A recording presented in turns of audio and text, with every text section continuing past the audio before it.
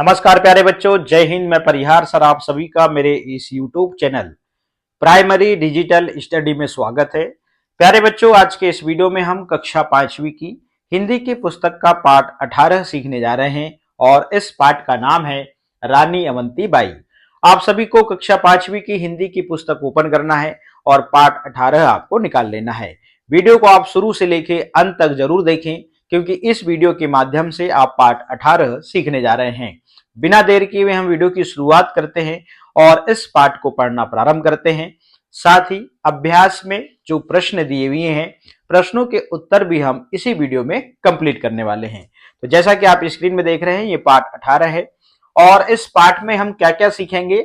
कहानी का सार प्रस्तुत करने की कला और अवंती बाई की वीरता व राष्ट्र प्रेम का विवरण, साथ ही शब्द भंडार में वृद्धि, शुद्ध उच्चारण, तत्सम एवं विलोम शब्द, अवंती बाई के जीवन प्रसंगों से परिचय, त्याग और बलिदान, वाक्यों में शब्द का सही क्रम और मुहावरों एवं लोकोक्तियों का प्रयोग और विशेषण एवं उनका प्रयोग भी हम इस पाठ के माध्यम से सीखने वाले हैं।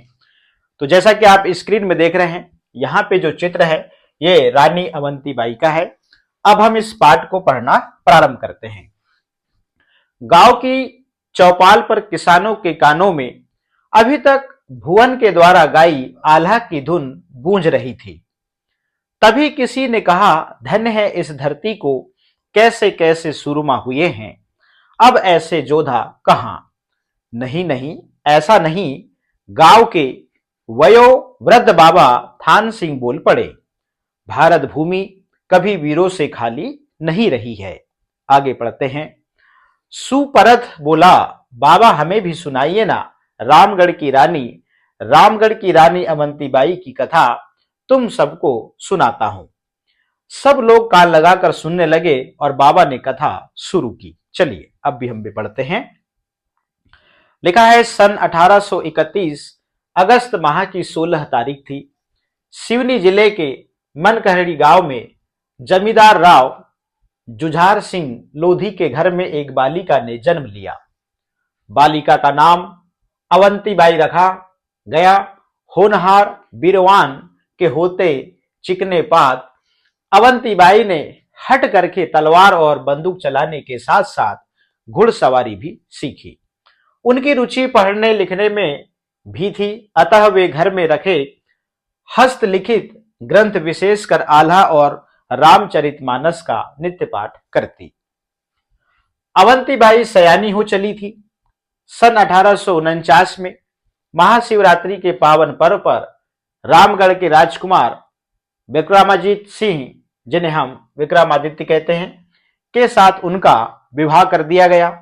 यह उन दिनों की बात है जब भारत पूरी तरह अंग्रेजों के पंजे में जकड़ा जा चुका था। सन 1850 में रामगढ़ के राजा लक्ष्मण सिंह का स्वर्गवास होने के पश्चात राजकुमार विक्रमाजीत सिंह का राज तिलक हुआ। अवंती बाई अब राजगढ़ की रानी बन गई। आगे पढ़ते हैं। रानी अवंती बाई ने अपने मधुर स्वभाव और व्यवहार से हठीले स्वभाव के विक्रमादित्य का ही नहीं वरन प्रजा का भी हृदय जीत लिया। वे बड़े कौशल के साथ राजकाज चलाने में भी सहयोग करती। रानी अवंती बाई के दो पुत्र थे, अमान सिंह और शेर सिंह। उनके सुख की सीमा ना थी, पर विपत्ति कहकर नहीं आती। अंग्रेजों ने राजा विक्रमाजीत सिंह को अल्पवयस्क बताकर उन्हें गद्दी से उतार दिया। इसी दुख के कारण वे बीमार पड़ गए और उनका निधन हो गया। रानी अवंती बाई के मन में अंग्रेजों से बदला लेने की ज्वाला धधक उठी। उधर गढ़मंडला के राजा शंकर शाह भी अंग्रेजों के विरुद्ध थे। सन 1857 में पूरे उत्तर भारत में अंग्रेजों के विरुद्ध क्रांति की लहर दौड़ गई। रानी अवंती बाई और राजा शंकर शाह ने इस क्षेत्र के राव राजाओं को अंग्रेजों के विरुद्ध संगठित करना आरंभ कर दिया और प्रजा भी उनका साथ दे रही थी। आगे पढ़ते हैं। यह काम बड़े गुपचुप ढंग से हो रहा था, पर अंग्रेजों को इसकी भनक मिल गई। उन्होंने राजा शंकर शाह और उनके पुत्र रघुनाथ शाह को बंदी बनाकर तोप के गोलों से उड़वा दिया। अब तो रानी अवंतीबाई ने अंग्रेजों के विरुद्ध युद्ध की घोषणा कर रामगढ़ से अंग्रेजों के पिट्टू अधिकारियों को बाहर निकाल दिया और स्वयं शासन करने लगी। शीघ्र ही उन्होंने सुहागपुर, बिछिया तथा नारायणगंज को भी अपने अधिकार में ले लिया। उन्होंने गढ़मंडला पर भी आक्रमण किया। अंग्रेज सेनापति कैप्टन वाडिंगटन को मंडला से भागना पड़ा, पर रानी अवंतीबाई ने उसे रास्ते में ही घेर लिया। रानी ने तलवार का एक करारा वार किया, लेकिन भाग्य से वाडिंगटन बच गया, पर उसका घोड़ा मारा गया। उसने रानी से प्राणों की भीख मांगी। रानी अवंतीबाई ने यह जानते हुए कि उनका यह निर्णय भविष्य में उनके लिए घातक सिद्ध हो सकता है, न केवल उसे प्राण दान दिया, बल्कि सैनिकों सहित उसे जाने की अनुमति भी दे दी। चलिएगा आगे पढ़ते हैं। सतपुड़ा पर्वत की घाटियां रानी अवंतीबाई की जय जयकार से गुंजायमान हो उठी थी। होली का त्योहार नजदीक था, बसंत ऋतु थी। सागर का रहने वाला मदन भट्ट रानी अवंतीबाई का विश्वस्त दूत था। वह एक अच्छा कवि और लोक गायक था।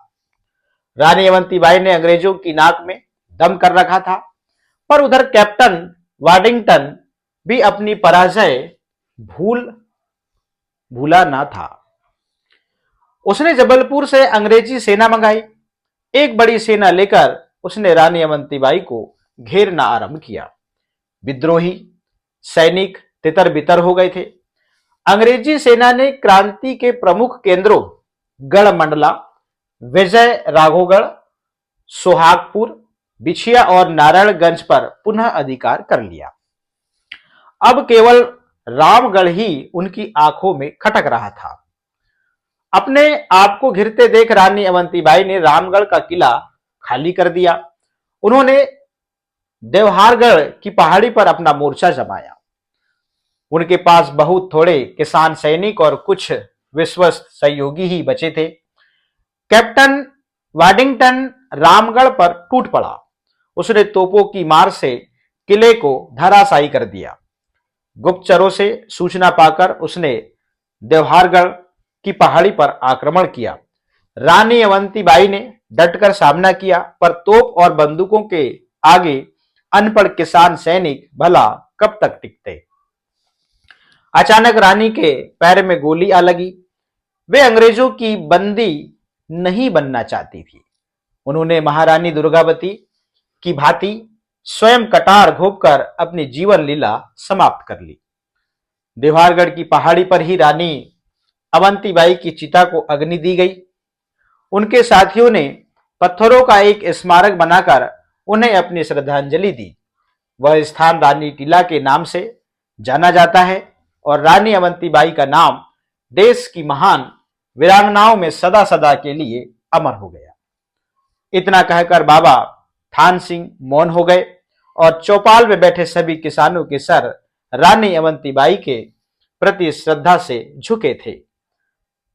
साभार रक्त गंगा इकबाल बहादुर देवसरे के उपन्यास पर आधारित है। ये कहानी आपने पढ़ा और हमने इस पाठ के माध्यम से रानी अवंतीबाई के जीवन में किस प्रकार से वीरता हमें यहाँ पे देखने को मिली और उन्होंने हमारे लिए किस प्रकार से अंग्रेजों से लड़ा और रानी अवंतीबाई आखिरी तक बंदी बिल्कुल नहीं बनी, स्वयं ही कटार को घोंप के उसने अपनी हत्या कर ली।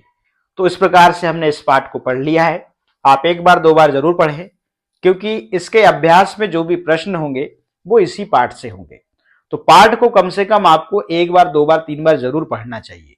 उससे यह होता है कि हमें प्रश्न याद करने की जरूरत नहीं पड़ती। जब हमें पाठ याद हो जाता है तो पाठ से कोई भी प्रश्न पूछ लिया जाए, उस प्रश्न का उत्तर हमें बनने लगता है।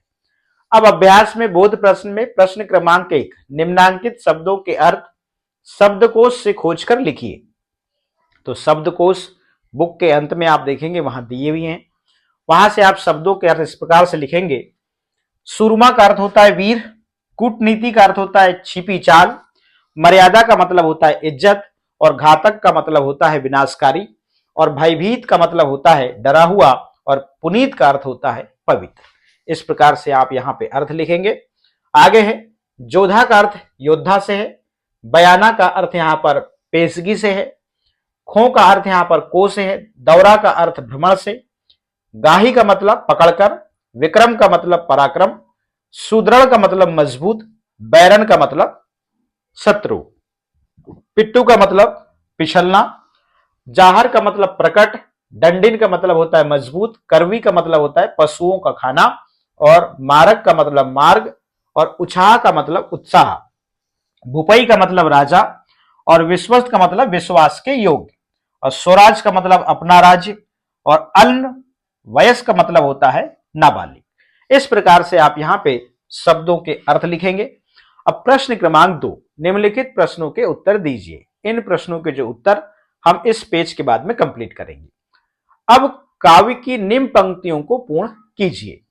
एक युग जन्म लेई किन्हे उजागर कुल, और जाहर जहान भई, तो यहां खालिस्तान में आप दुर्गा महारानी है इस प्रकार से लिख देंगे, और इन पंक्तियों को आप पूरा करेंगे।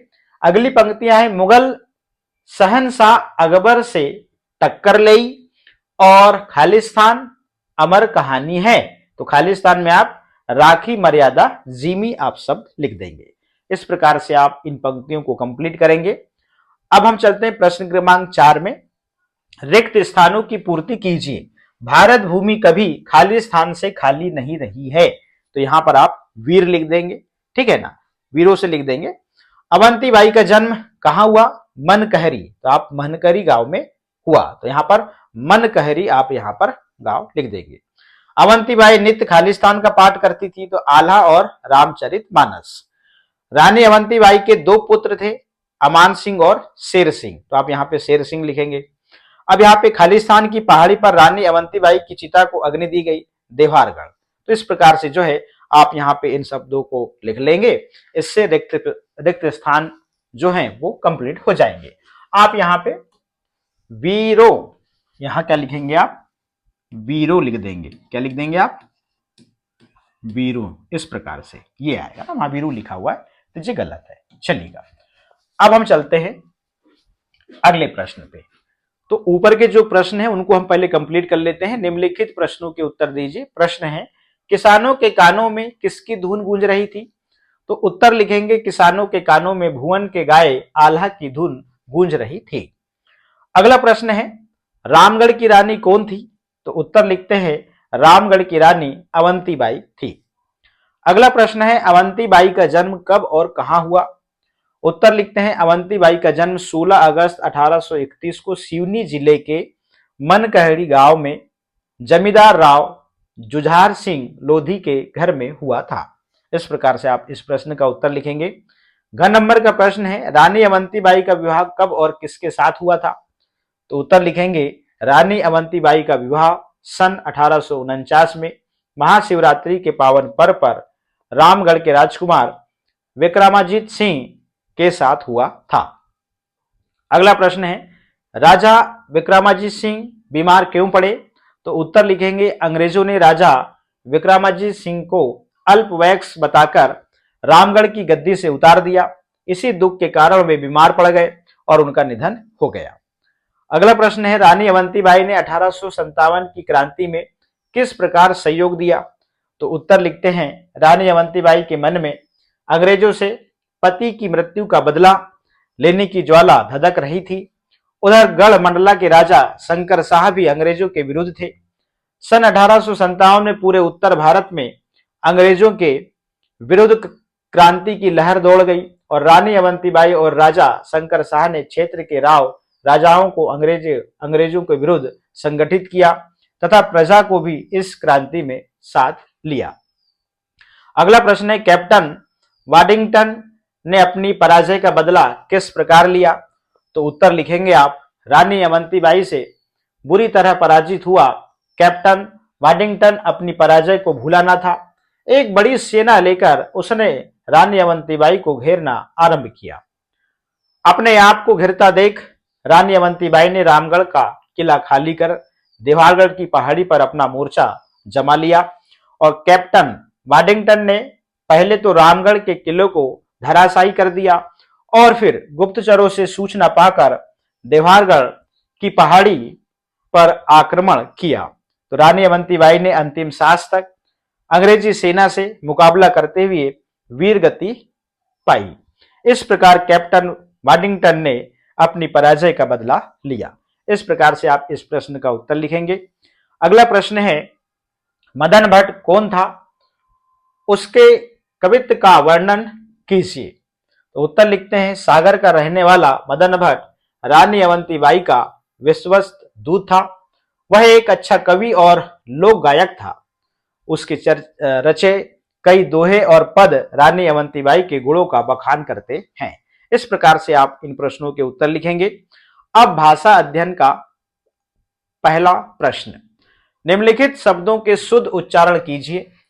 शब्द है कूटनीति, पिट्टू, स्वराज, अल्पवयस्क, पुनीत, गही और विश्वस्त। इस प्रकार से जो है आप इनका शुद्ध उच्चारण करेंगे। अब यहां पे तत्सम शब्द के आधार पर सही जोड़ी बनाइए। कारज का मतलब होता है, तो यहां पर आप जो शब्द कारज देख रहे हैं इसका तत्सम रूप क्या होगा, कार। मर्यादा का मर्यादा तत्सम शब्द है। धरती का धरित्री, सूर का सूर हो जाएगा, बरस का वर्ष हो जाएगा और जोधा का योद्धा।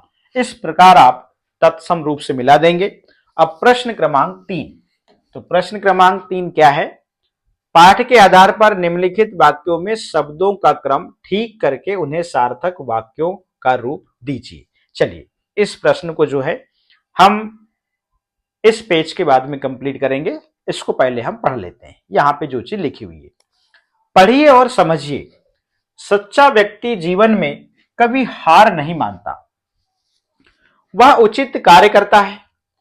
आगामी दिवसों के लिए सोच समझकर कार्य करना तथा गरीब लोगों के प्रति सहानुभूति का व्यवहार करना उसका धर्म होता है। सुनहरे भविष्य के लिए समान व्यवहार करना उसकी आदत बन जाती है।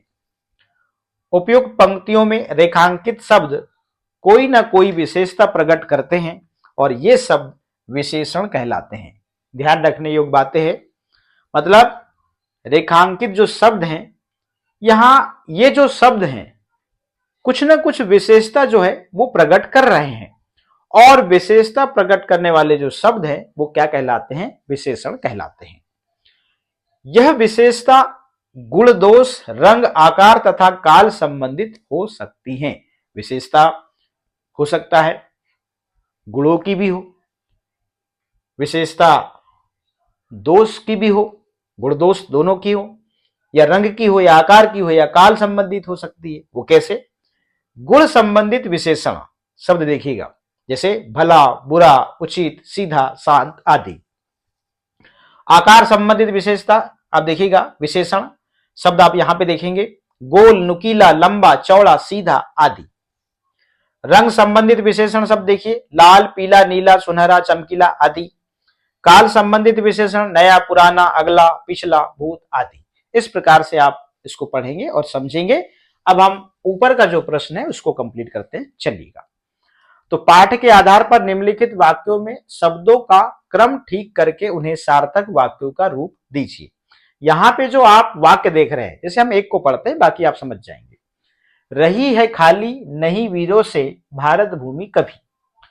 अब यहां पे जो वाक्य है इसमें आप शब्द देख रहे हैं वो सही क्रम में नहीं जमे और ना ही कोई अर्थ निकल रहा है और ना ही ये सार्थक वाक्य, निरर्थक वाक्य।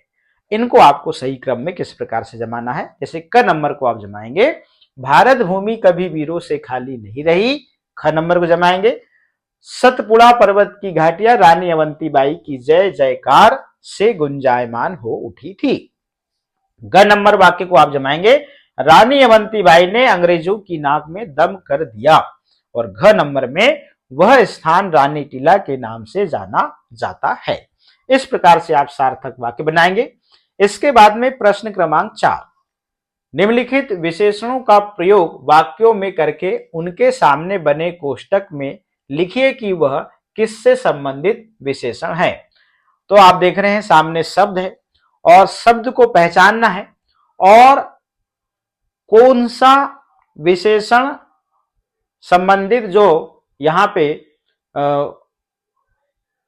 दिया गया है, जैसे मान लीजिए गुण, दोष, आकार, रंग या काल का संबंध, तो इससे संबंधित जो भी ये शब्द होगा उसको कोष्टक में यहां पे लिखना है। जैसे प्राचीन, तो प्राचीन शब्द है, तो प्राचीन कौन सा विशेषण शब्द है, इसमें से हमको चुन के इसके कोष्टक में सामने लिखना है। देखिएगा, और वाक्य भी बनाना, इससे संबंधित वाक्य बनाना है। जैसे प्राचीन शब्द है, प्राचीन शब्द का पहले हम वाक्य में प्रयोग करेंगे और प्राचीन शब्द कौन सा विशेषण शब्द है इसमें से उसको हम यहां लिखेंगे। ठीक है ना। तो प्राचीन को वाक्य में प्रयोग करेंगे, गांव में एक प्राचीन मंदिर है, तो वाक्य में प्रयोग हो गया प्राचीन शब्द। अब प्राचीन जो है ये काल संबंधित विशेषण है। ठीक है ना, ऐसे आपको यहां पे चुन के लिखना है। अब लंबा देखो, अब इसका वाक्य में प्रयोग करेंगे, कितना लंबा आदमी है। अब इसमें लंबा जो शब्द आया, लंबा जो शब्द है वो कौन सा विशेषण है, आकार संबंधित विशेषण है। ठीक है ना। अब नया शब्द, तो नया आप देख रहे हैं, नया शब्द का हम वाक्य में प्रयोग करेंगे, हमारे घर में एक नया सोफा सेट आया है। अब यहां पे जो नया शब्द है ये कौन सा विशेषण है, काल संबंधित विशेषण है। अब यहां पे हरा शब्द देखिए, पहले हरा शब्द का हम वाक्य में प्रयोग कर लेते हैं, हमारे घर की दीवारों पर हरा रंग हो रहा है। अब यहां पे जो हरा शब्द है ये कौन सा विशेषण शब्द है, रंग संबंधित विशेषण, ऐसा लिखना है। अब यहां पे भारी शब्द है, तो भारी शब्द का हम वाक्य में प्रयोग करते हैं, वहां एक भारी बक्सा रखा है। अब यहां पे जो भारी शब्द है ये कौन सा विशेषण है, आकार संबंधित विशेषण। ठीक है ना। अब यहां पे पीला शब्द है, तो पीला शब्द का वाक्य में प्रयोग करेंगे, सरसों के फूलों का रंग पीला होता है। अब यहां पे जो पीला शब्द है ये कौन सा विशेषण शब्द है, रंग संबंधित विशेषण है। भला, अब भला शब्द का वाक्य में प्रयोग करेंगे, वह एक भला व्यक्ति है। अब भला शब्द जो है कौन सा विशेषण शब्द है, गुण संबंधित विशेषण, क्योंकि ये जो शब्द है ये गुण की विशेषता बता रहा है। पीला शब्द जो है रंग की विशेषता बता रहा है, भारी शब्द जो है आकार की विशेषता बता रहा है, हरा शब्द रंग की विशेषता, नया शब्द काल संबंधित विशेषता बता रहा है, लंबा आकार संबंधित और प्राचीन काल संबंधित विशेषता बता रहा है। तो इस प्रकार से आप ये प्रश्न को कंप्लीट करेंगे। हम एक गोल मेज के चारों ओर बैठे हैं, तो यहां पे आपने देखा इस वाक्य में गोल शब्द का प्रयोग हुआ और गोल शब्द का हम जो है अब ये पता करेंगे कि ये कौन सा विशेषण है, तो ये जो है आकार संबंधित विशेषण है। तो ये जो शब्द है आकार की विशेषता बता रहा है। ठीक है ना। अब प्रश्न क्रमांक 5, निम्नलिखित मुहावरों लोकोक्तियों का अर्थ स्पष्ट करते हुए वाक्यों में प्रयोग कीजिए। इसी के बाद अब देखिएगा, हां में हां मिलाना, सोने में सुहागा, पंजे में जकड़ना, हृदय जीत लेना, प्राणों की भीख मांगना और नाक में दम। तो इस प्रकार से मुहावरे और यहाँ पे लोकोक्तियां हैं, इनका हम अर्थ भी लिखेंगे और इनका वाक्य में प्रयोग भी करेंगे। चलिएगा, अब यहां पे देखिएगा, हां में हां मिलाना, तो इसका मतलब क्या होता है, बिना सोचे अपनी सहमति प्रकट करना। अब इसका हम वाक्य में प्रयोग करेंगे, सुरेश तो सदैव बस अपने मालिक की हां में हां मिलाता रहता है। इस प्रकार से वाक्य में प्रयोग करेंगे। अब अगला, सोने में सुहागा, इसका क्या अर्थ होगा, अच्छे कार्य में कुछ और अच्छा जुड़ना। अब इसका वाक्य में प्रयोग करेंगे, सुशील प्रथम श्रेणी में तो उत्तीर्ण हुआ ही, सभी विषयों में उसकी विशेष योग्यता भी आई, इसे कहते हैं सोने में सुहागा। इस प्रकार से आप वाक्य में प्रयोग करेंगे। अब अगला है पंजे में जकड़ना, तो पंजे में जकड़ने का अर्थ क्या होगा, कब्जाना। अब इसका वाक्य में प्रयोग करेंगे, विदेशी कंपनियों ने भारत के उपभोक्ता बाजार को अपने पंजे में जकड़ रखा है। इस प्रकार से वाक्य में प्रयोग करेंगे। हृदय जीत लेना, इसका अर्थ होता है प्रसन्न करना। और इसका वाक्य में प्रयोग करेंगे, तुमने अपने कार्य एवं व्यवहार से मेरा हृदय जीत लिया है। अंगा नंबर का प्रश्न है, प्राणों की भीख मांगना।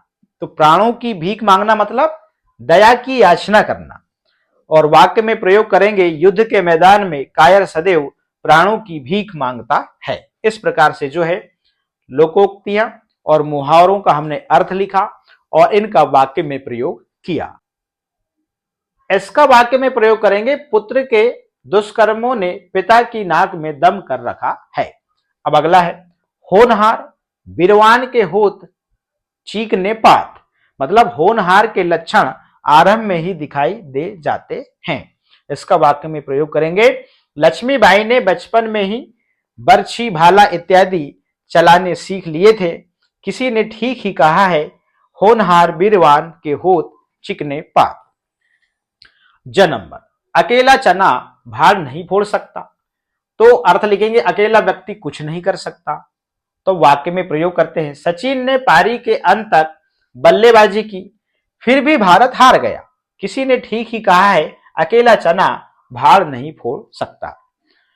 अब अगला, काला अक्षर भैंस बराबर। इसका अर्थ होगा बिना पढ़ा लिखा। तो इसका वाक्य में प्रयोग लिखते हैं, गजराज भला अखबार कैसे पढ़ सकता है, उसके लिए तो काला अक्षर भैंस बराबर है। चलिएगा आगे, मुख में राम बगल में छुरी। इसका अर्थ क्या होगा, मुंह से मीठी बातें करना किंतु हृदय में द्वेष रखना। इसका वाक्य में प्रयोग करेंगे, इस युग में अधिकतर लोग मुख में राम बगल में छुरी रखते हैं। ठीक है ना, ये कंप्लीट होता है। तो प्रश्न क्रमांक 4 अभी हमने इसके पहले कंप्लीट किया, 5 भी कंप्लीट हो गया। अब प्रश्न क्रमांक 6, विलोम शब्दों के आधार पर सही जोड़े बनाइए। अब चलिएगा, वर्तमान का विलोम शब्द क्या होगा, भूत होगा। रानी का विलोम शब्द क्या होगा, राजा होगा। समीप का विलोम शब्द क्या होगा, दूर होगा। जीत का विलोम शब्द क्या होगा, हार होगा। बालिका का विलोम शब्द क्या होगा, बालक होगा। तो इस प्रकार प्यारे बच्चों, हमने कक्षा 5वीं की हिंदी की पुस्तक का पाठ 18 जो है इसको कंप्लीट कर लिया है। इस पाठ को हमने पढ़ा।